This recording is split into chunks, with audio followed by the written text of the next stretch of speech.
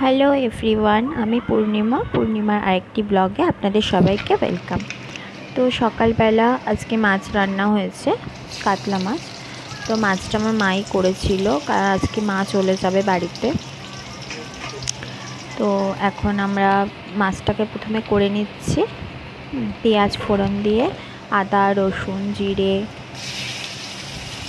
ধনে সমস্ত কিছু, টমেটো একসাথে মা পেস্ট করে নিয়ে আলুটা সাইডে ভাজতে দিয়েছিলাম, আলু দেবো মাছে।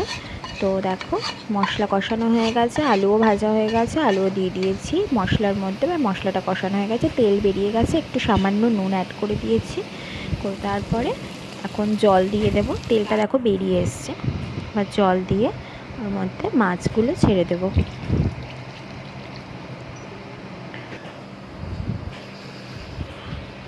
মাছগুলো ছেড়ে দেওয়া হয়ে গেছে, এই যে মাছের ঝোলও হয়ে গেছে আমাদের রেডি। এবার সঙ্গে মা গাটি কচুর তরকারিও করেছিল, তো সেটার প্রিপারেশনটা দেখানো হয়নি। তো গাটি কচু হয়ে আমরা দুপুরবেলা খাওয়া দাওয়া করে সবাই রেস্ট করছিলাম। তারপরে বিকেলবেলা ভাই আসলো, তো ভাইয়ের বড্ড খিদেও পেয়ে গেছিলো, তো তার জন্য ভাইয়ের জন্য পাস্তা করা হয়েছিল আর সঙ্গে চা বসানো হয়েছিল। ভাই লিকার চা যেহেতু খায় না, তার জন্য পাশে দুধ চা বসানো হয়েছিল। পাস্তাটা হলো ডিম পাস্তা করা হবে, তার জন্য দুটো ডিম একদম ঝুরু ঝুরু করে নেওয়া হয়েছে তেলের মধ্যে। তারপরে পেঁয়াজ দিয়ে আদা রসুন পেস্ট দিয়ে পাস্তাটা করা হয়েছিল। পাস্তাটা খেতে খুব টেস্ট হয়েছিল। তো ফলে যতটা পাস্তা করা হয়েছে পুরোটাই শেষ হয়ে গেছিলো।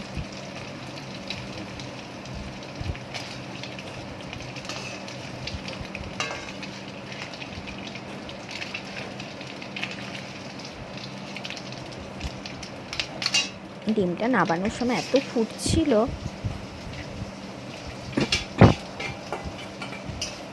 পেঁয়াজগুলো দিয়ে দিয়েছি।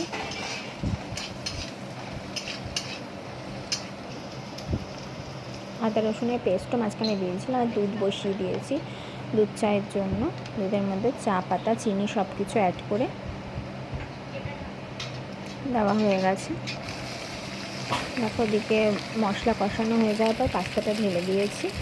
এবার একটু গোলমরিচের গুঁড়ো দিয়ে দিয়েছিলাম, যেহেতু লঙ্কা ছিল না ঘরে, কাঁচা লঙ্কা, তার জন্য গোলমরিচের গুঁড়ো দিয়েই করা হয়েছে।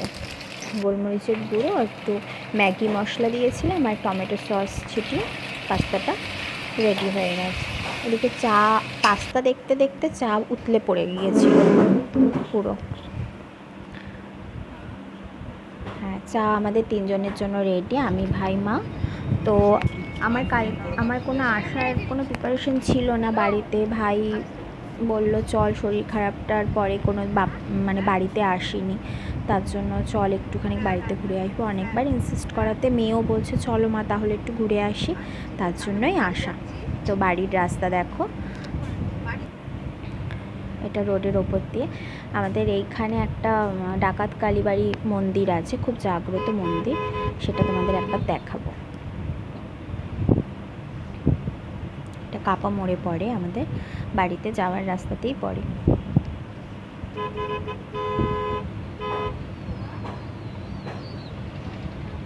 আমি একবারই গেছিলাম ছোট্টবেলায়, আর যাওয়া হয়নি। অনেকবারই পাশ দিয়ে গেছি এসেছি, কিন্তু ঢোকা আর হয়নি মন্দিরের মধ্যে। দেখো এবারই মন্দিরটা পড়বে। এই যে এটা হলো ডাকাত কালীবাড়ি, খুব জাগ্রত মন্দির কালী ঠাকুরের। তো ব্যাস বাড়িতে চলে এসেছি। ভাই ফিশ ফিঙ্গার চিকেন কাবাব এনেছিল, ওগুলো সন্ধ্যেবেলা আমরা টিফিন করেছিলাম, তারপরে রাতে ডিনার করে ঘুমিয়ে পড়েছি। তো আজকের ব্লগ এইটুকুই ছিল। যদি তোমাদের ভালো লাগে প্লিজ সাবস্ক্রাইব করে দিও চ্যানেলটাকে। আবার কালকে নতুন ভিডিও নিয়ে আসবো, ততক্ষণের জন্য টাটা।